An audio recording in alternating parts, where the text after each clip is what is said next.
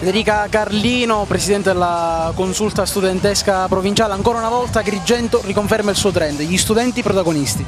Gli studenti protagonisti sono protagonisti oggi, non solo gli studenti di Agrigento ma di tutta la provincia, sono protagonisti di tante attività che abbiamo organizzato in questa giornata, free painting, DJ set, beach volley, basket. Diciamo che darà la possibilità a tutti gli studenti di poter rappresentare al meglio la loro creatività. A breve la premiazione è un concorso, questo concorso si chiama Conosci il tuo territorio. I ragazzi nel corso dell'anno scolastico sono stati impegnati a scattare delle fotografie del loro territorio con i posti più caratteristici e oggi verrà la premiazione nel pomeriggio, intorno alle 16.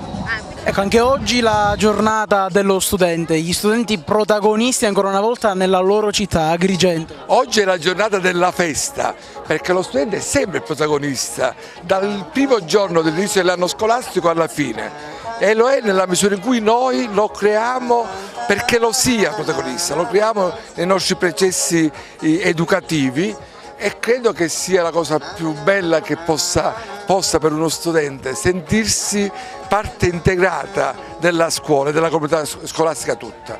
Anche io sono stato uno studente, forse non c'era questa consapevolezza tanti anni fa, ma grazie a voi, a quello che tutti i ragazzi adesso fate, anche noi adulti, noi che abbiamo la responsabilità, stiamo crescendo. Però non dimenticate mai, come dico sempre, di dedicare, anche quando sarete in vacanza, un momento della vostra giornata alla lettura di un buon libro, perché quello credo che serva a tutti. Divertitevi e ricordatevi che ogni giorno deve essere vissuto così.